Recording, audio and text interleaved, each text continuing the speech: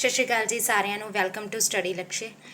ਅੱਜ ਲੈ ਕੇ ਆਏ ਹਾਂ ਜੀ ਇੰਡੀਅਨ ਪੋਲਿਟੀ ਨਾਲ ਰਿਲੇਟਡ ਕੁਝ MCQs ਜਿਹੜੇ ਕਿ ਹਰ ਇੱਕ ਕੰਪੀਟੀਟਿਵ ਐਗਜ਼ਾਮਸ ਦੇ ਲਈ ਇੰਪੋਰਟੈਂਸ ਰੱਖਦੇ ਨੇ। ਫਸਟ ਕੁਐਸਚਨ ਹੈ ਜੀ, who among the following decides if a particular bill is a money bill or not. ਮਤਲਬ ਕਿ ਇਹਨਾਂ 'ਚੋਂ ਕੌਣ ਫੈਸਲਾ ਕਰਦਾ ਹੈ ਕਿ ਜਿਹੜਾ ਬਿੱਲ ਹੈ ਉਹ ਮਨੀ ਬਿੱਲ ਹੈ, ਮਤਲਬ ਕਿ ਧਨ ਬਿੱਲ ਹੈ ਜਾਂ नहीं है। फर्स्ट ऑप्शन है जी प्रेजिडेंट, सेकंड है फाइनेंस मिनिस्टर, थर्ड है चेयरमैन ऑफ राज्य सभा या फिर स्पीकर ऑफ लोक सभा। तो इसका सही आंसर की होगा जी स्पीकर ऑफ लोक सभा। नेक्स्ट क्वेश्चन है जी, the minimum age of the member of Rajya Sabha is. राज सभा का मैंबर बनने लई घट्टो घट्ट कितनी उम्र होनी चाहिए है।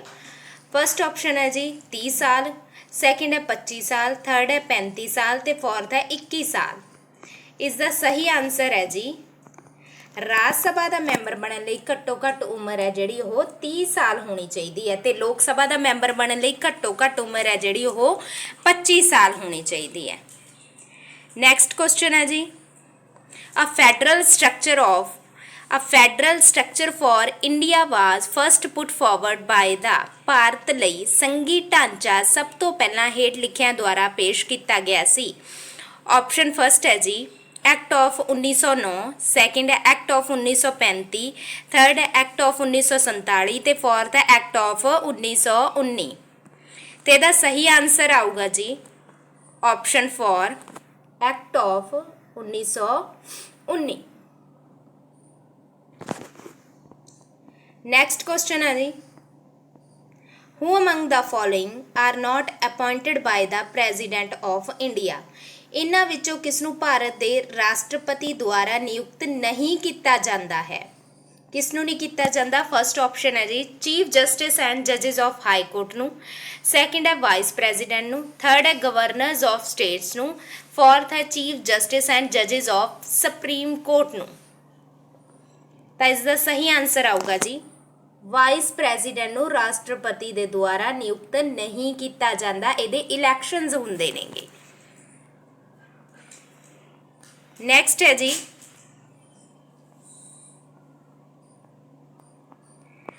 The maximum permissible gap between two sessions of the parliament is.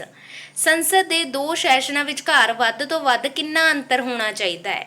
First option है जी 3 मंथ्स, सैकेंड है 4 मंथ्स, थर्ड है 6 मंथ्स या फिर 5 मंथ्स। इसका सही आंसर होगा जी संसद के दो सैशनों विचकार वध तो वध 6 महीने का अंतर होना चाहिए है। Option third is the right answer. Next question है जी, for which period the finance commission is formed. जिहड़ा साडा वित्त कमीशन हुंदा है उहदा गठन है जिहड़ा किन्ने साल लई कीता जांदा है।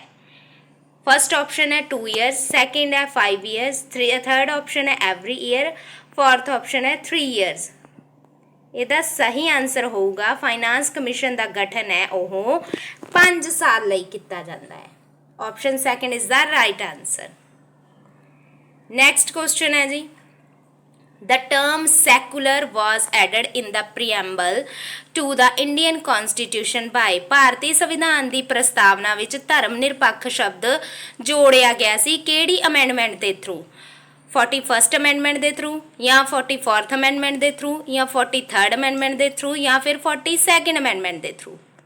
प्रीएम्बल दे विच सैकुलर शब्द है जिहड़ी साडी प्रस्तावना दे विच धर्म निरपक्ष शब्द है वह जोड़िया गया सी 42nd अमेंडमेंट के थ्रू जिहड़ी कि 1976 दे विच होई सी। 3 शब्द ऐड किए गए सी, सैकुलर, सोशलिस्ट ते इंटैग्रिटी। नैक्सट क्वेश्चन है जी, which of the following is not a fundamental right. इन्हां विचों किहड़ा मौलिक अधिकार नहीं है, फंडामेंटल राइट नहीं है। ऑप्शन फर्स्ट है जी राइट टू लिबर्टी, सैकेंड है राइट टू इक्वालिटी, थर्ड है राइट टू प्रॉपर्टी, फोर्थ है राइट अगेंस्ट एक्सप्लॉयटेशन। तो इसका सही आंसर आऊगा जी राइट टू प्रॉपर्टी। इसनू लीगल राइट बना दिता गया है आर्टिकल केड़े तहत 300 ए दे तहत, आर्टिकल 300 ए दे तहत ਇਹਨੂੰ ਲੀਗਲ ਰਾਈਟ ਬਣਾ ਦਿੱਤਾ ਗਿਆ ਕਿਹੜੀ ਅਮੈਂਡਮੈਂਟ ਦੇ ਥਰੂ 44ਵੀਂ ਅਮੈਂਡਮੈਂਟ 44th ਅਮੈਂਡਮੈਂਟ ਜਿਹੜੀ ਕਿ ਕਦੋਂ ਹੋਈ ਸੀ 1978 ਦੇ ਵਿੱਚ ਹੋਈ ਸੀ ਜਿਹੜੇ ਰਾਈਟ ਟੂ ਪ੍ਰਾਪਰਟੀ ਹੈ ਉਹਨੂੰ ਲੀਗਲ ਰਾਈਟ ਬਣਾ ਦਿੱਤਾ ਗਿਆ ਹੁਣ ਇਹ ਫੰਡਾਮੈਂਟਲ ਰਾਈਟ ਨਹੀਂ ਹੈ ਕਿਹੜੇ ਆਰਟੀਕਲ ਦੇ ਥਰੂ ਆਰਟੀਕਲ 300A ਦੇ ਤਹਿਤ 44ਵੀਂ ਅਮੈਂਡਮੈਂਟ 1978 ਦੇ ਤਹਿਤ ਇਹ ਲੀਗਲ ਰਾਈਟ ਹੈ not a fundamental right clear next question ਆ ਜੀ ਰਾਜ ਸਭਾ ਇੰਜੋਇਜ਼ ਮੋਰ ਪਾਵਰਸ ਦੈਨ ਦਾ ਲੋਕ ਸਭਾ ਇਨ ਦਾ ਕੇਸ ਆਫ ਕਿਹੜੇ ਮਾਮਲੇ 'ਚ ਰਾਜ ਸਭਾ ਨੂੰ ਲੋਕ ਸਭਾ ਨਾਲੋਂ ਵਧੇਰੇ ਸ਼ਕਤੀਆਂ ਪ੍ਰਾਪਤ ਹਨ ऑप्शन फर्स्ट है जी नॉन मनी बिल्स सेकंड है amendment of the constitution third है setting up of new all India services fourth है मनी बिल्स तो इसका सही आंसर आऊगा न्यू ऑल इंडिया सर्विसेज के मामले दे विच राज सभा नूं लोक सभा नालों ज़्यादा शक्तियां प्राप्त हैं नैक्सट है जी इंडियन पार्लीमेंट इनक्लूड्स ਭਾਰਤੀ ਸੰਸਦ ਵਿੱਚ ਇਹ ਸ਼ਾਮਲ ਹਨ ਕਿਹਨਾਂ ਨੂੰ ਮਿਲਾ ਕੇ ਭਾਰਤੀ ਸੰਸਦ ਸਾਡੀ ਇੰਡੀਅਨ ਪਾਰਲੀਮੈਂਟ ਬਣਦੀ ਆ ਫਸਟ ਆਪਸ਼ਨ ਹੈ ਲੋਕ ਸਭਾ ਤੇ ਰਾਜ ਸਭਾ ਨੂੰ ਮਿਲਾ ਕੇ ਬਣਦੀ ਹੈ ਭਾਰਤੀ ਸੰਸਦ ਜਾਂ ਫਿਰ ਕੱਲੀ ਲੋਕ ਸਭਾ ਨੂੰ ਜਾਂ ਫਿਰ ਪ੍ਰੈਜ਼ੀਡੈਂਟ ਤੇ ਲੋਕ ਸਭਾ ਹੁੰਦੇ ਆ ਉਹਦੇ ਵਿੱਚ ਜਾਂ ਫਿਰ ਪ੍ਰੈਜ਼ੀਡੈਂਟ ਲੋਕ ਸਭਾ ਤੇ ਰਾਜ ਸਭਾ ਹੁੰਦੀ ਹੈ ਕੀ ਆਊਗਾ ਜੀ ਸਹੀ ਆਨਸਰ ਇਸ ਦਾ ਸਹੀ ਆਨਸਰ ਹੈ ਜੀ option 4 is the right answer president लोक सभा ते राज सभा नूं मिला के साडी इंडियन पार्लीमेंट भारती संसद बनदी आ नैक्सट क्वेश्चन है जी from which historical work were the word Satyameva Jayate appearing under the national emblem taken सत्यमेव जयते शब्द है जिहड़े राष्ट्रीय चिन्ह दे विच साडे ओह कित्थों लए गए ने ऋग्वेदा चों लए गए ने या ऑप्शन सैकेंड है भगवत गीता तो ऑप्शन थर्ड मुद्रिका उपनिषद तो या ऑप्शन 4 रामायणा तो इसका सही आंसर है जी ऑप्शन थर्ड मुद्रिका उपनिषद तो सत्यमेव जयते शब्द है वो लए गए ने नैक्सट क्वेश्चन है जी Which article of the Indian Constitution provides for state emergency and suspends constitutional arrangement in a state? Simple शब्दां दे विच है जी ਜਿਹੜੇ ਸਾਡੀ ਰਾਜ ਦੀ ਐਮਰਜੈਂਸੀ ਹੈ ਉਹ ਕਿਹੜੇ ਆਰਟੀਕਲ ਨਾਲ ਸੰਬੰਧਿਤ ਹੈ ਜਿਸ ਦੇ ਵਿੱਚ ਰਾਜ ਦੇ ਵਿੱਚ ਐਮਰਜੈਂਸੀ ਲੱਗ ਜਾਂਦੀ ਹੈ ਤੇ ਰਾਜ ਦੇ ਵਿੱਚ ਸੰਵਿਧਾਨਿਕ ਵਿਵਸਥਾ ਹੈ ਜਿਹੜੀ ਉਹ ਮੁਅੱਤਲ ਕਰ ਦਿੱਤੀ ਜਾਂਦੀ ਹੈ ਕਿਹੜਾ ਆਰਟੀਕਲ ਹੈ ਉਹਦੇ ਨਾਲ ਰਿਲੇਟਡ ਆਪਸ਼ਨ 1 ਆਰਟੀਕਲ 352 2 आर्टिकल 356 3 है आर्टिकल 260 ਤੇ 4 है आर्टिकल 392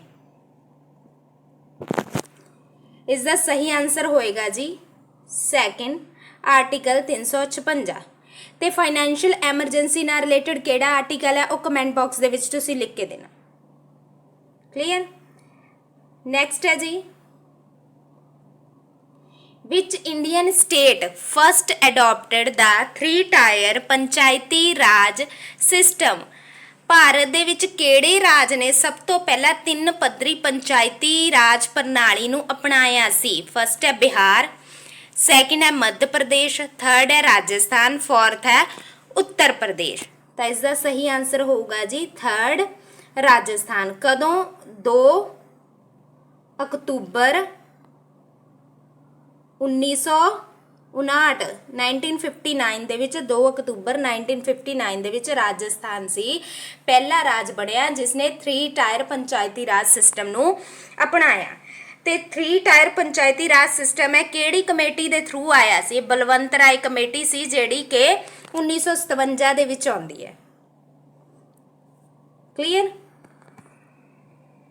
ਕਿਹੜੇ ਕਿਹੜੇ 3 ਟਾਇਰ ਸੀ ਗ੍ਰਾਮ ਪੰਚਾਇਤ ਵਿਲੇਜ ਲੈਵਲ ਤੇ ਉਸ ਤੋਂ ਬਾਅਦ ਸੀ ਪੰਚਾਇਤ ਸਮਿਤੀ ਬਲਾਕ ਲੈਵਲ ਤੇ ਜ਼ਿਲ੍ਹਾ ਪ੍ਰੀਸ਼ਦ ਸੀ ਡਿਸਟ੍ਰਿਕਟ ਲੈਵਲ ਤੇ ਇਹ 3 ਟਾਇਰ ਪੰਚਾਇਤੀ ਰਾਜ ਸਿਸਟਮ ਸੀ ਬਲਵੰਤ ਰਾਏ ਕਮੇਟੀ 1957 ਦੇ ਤਹਿਤ ਜਿਸ ਦੇ ਵਿੱਚ ਰਾਜਸਥਾਨ ਪਹਿਲਾ ਰਾਜ ਬਣਿਆ ਇਸ ਨੂੰ ਅਪਣਾਉਣ ਵਾਲਾ 2 ਅਕਤੂਬਰ 1959 ਨੂੰ 1959 ਨੂੰ नेक्स्ट है जी how many fundamental duties are included in Indian constitution ਭਾਰਤੀ ਸੰਵਿਧਾਨ 'ਚ ਕਿੰਨੇ ਬੁਨਿਆਦੀ ਕਰਤੱਵ, ਕਿੰਨੇ ਮੌਲਿਕ ਕਰਤੱਵ ਸ਼ਾਮਿਲ ਕੀਤੇ ਗਏ ਨੇ।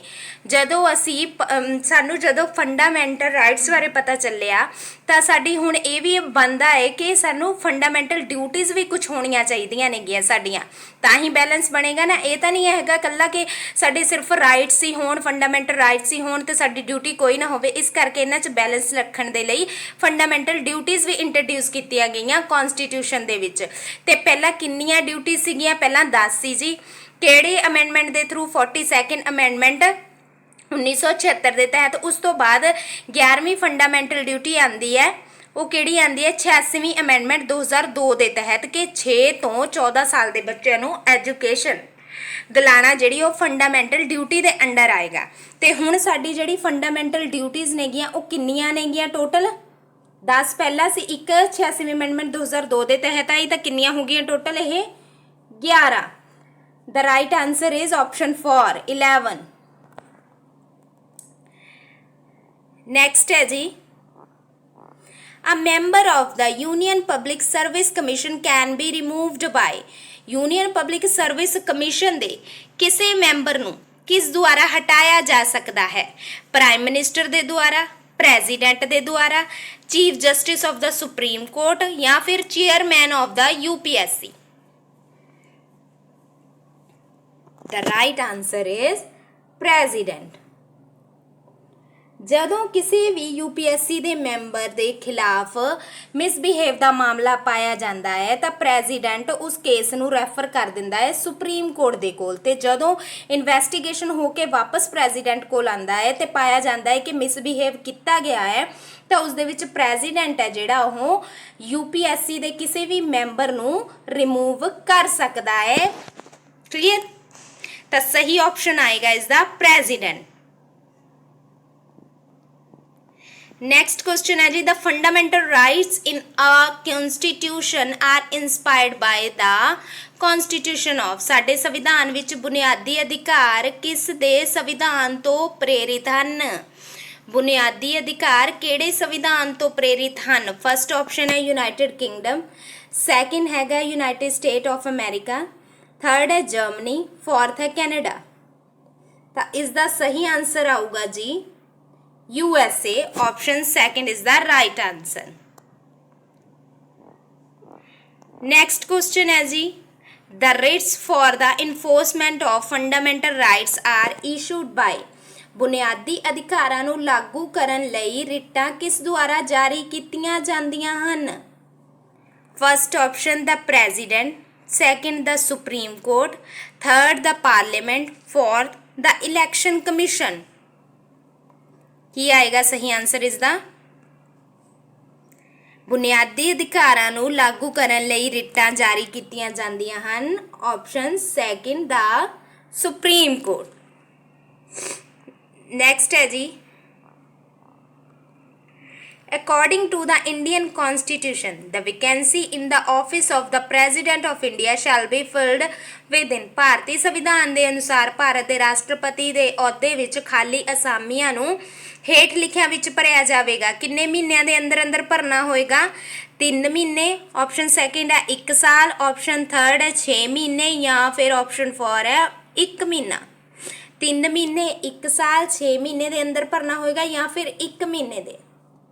ਤਾਂ ਇਸ ਦਾ ਸਹੀ ਆਨਸਰ ਆਊਗਾ 6 ਮਹੀਨੇ ਦੇ ਅੰਦਰ ਅੰਦਰ ਖਾਲੀ ਅਸਾਮੀ ਨੂੰ ਭਰਨਾ ਹੋਊਗਾ। ਨੈਕਸਟ ਹੈ ਜੀ, ਬਾਈ ਵਿਚ amendment were fundamental duties added to the constitution. ਸੰਵਿਧਾਨ ਵਿੱਚ ਕਿਸ ਸੋਧ ਦੁਆਰਾ ਬੁਨਿਆਦੀ ਕਰਤੱਵਾਂ ਨੂੰ ਜੋੜਿਆ ਗਿਆ ਸੀ? ਮੌਲਿਕ ਕਰਤੱਵਾਂ ਨੂੰ ਕਿਹੜੀ ਅਮੈਂਡਮੈਂਟ ਦੇ ਥਰੂ ਜੋੜਿਆ ਗਿਆ ਸੀ? ਪਹਿਲਾਂ ਦੱਸਿਆ ਸੀ। ਆਪਸ਼ਨ ਫਸਟ ਹੈ 42 ਅਮੈਂਡਮੈਂਟ, ਆਪਸ਼ਨ ਸੈਕਿੰਡ ਹੈ 44 ਅਮੈਂਡਮੈਂਟ, ਆਪਸ਼ਨ ਥਰਡ ਹੈ 86 ਅਮੈਂਡਮੈਂਟ, ਆਪਸ਼ਨ 4 ਹੈ 45 ਅਮੈਂਡਮੈਂਟ। ਇਸ ਦਾ ਸਹੀ ਆਨਸਰ ਆਏਗਾ ਜੀ 42 ਅਮੈਂਡਮੈਂਟ। ਕਿਉਂਕਿ ਕੀ ਸੀ ਕਨਸਟੀਟਿਊਸ਼ਨ ਦੇ ਵਿੱਚ ਪਹਿਲਾਂ 10 ਫੰਡਾਮੈਂਟਲ ਡਿਊਟੀਜ਼ ਸੀਗੀਆਂ ਸਵਰਨ ਸਿੰਘ ਕਮੇਟੀ ਦੇ ਤਹਿਤ। 42 ਅਮੈਂਡਮੈਂਟ 1976 ਦੇ ਤਹਿਤ ਇਹਨਾਂ ਨੂੰ ਇੰਡੀਅਨ ਕਨਸਟੀਟਿਊਸ਼ਨ ਦੇ ਵਿੱਚ ਜੋੜਿਆ ਗਿਆ। ਕਲੀਅਰ? ਉਸ ਤੋਂ ਬਾਅਦ 86ਵੀਂ ਅਮੈਂਡਮੈਂਟ 2002 ਦੇ ਤਹਿਤ 11ਵੀਂ ਫੰਡਾਮੈਂਟਲ ਡਿਊਟੀ ਆਉਂਦੀ ਹੈ ਐਜੂਕੇਸ਼ਨ ਨਾਲ ਰਿਲੇਟਿਡ। ठीक है। उस तो बाद 44th ਅਮੈਂਡਮੈਂਟ ਹੈ ਜਿਹੜੀ ਉਹ ਕਿਹੜੇ ਸਾਲ ਦੇ ਵਿੱਚ ਹੋਈ ਸੀ ਤੇ ਕਿਸ ਨਾਲ ਰਿਲੇਟਡ ਹੈ, ਇਹ ਤੁਸੀਂ ਮੈਨੂੰ ਕਮੈਂਟ ਬਾਕਸ ਦੇ ਵਿੱਚ ਲਿਖਣਾ ਹੈ। ਸੋ ਇਹ ਸੀ ਜੀ ਅੱਜ ਦਾ ਆਪਣਾ ਲੈਕਚਰ। ਆਈ ਹੋਪ ਕਿ ਤੁਹਾਨੂੰ ਲੈਕਚਰ ਪਸੰਦ ਆਇਆ ਹੋਵੇਗਾ। ਅਗਰ ਤੁਹਾਨੂੰ ਲੈਕਚਰ ਪਸੰਦ ਆਇਆ ਤਾਂ ਵੀਡੀਓ ਨੂੰ ਵੱਧ ਤੋਂ ਵੱਧ ਸ਼ੇਅਰ ਕਰੋ, ਚੈਨਲ ਨੂੰ ਸਬਸਕ੍ਰਾਈਬ ਕਰੋ। ਮਿਲਦੇ ਹਾਂ ਜੀ ਨੈਕਸਟ ਲੈਕਚਰ ਦੇ ਵਿੱਚ ਇੱਕ ਨਵੇਂ ਟੌਪਿਕ ਦੇ ਨਾਲ। ਤਦ ਤੱਕ ਦੇ ਲਈ ਧੰਨਵਾਦ। Thanks for watching.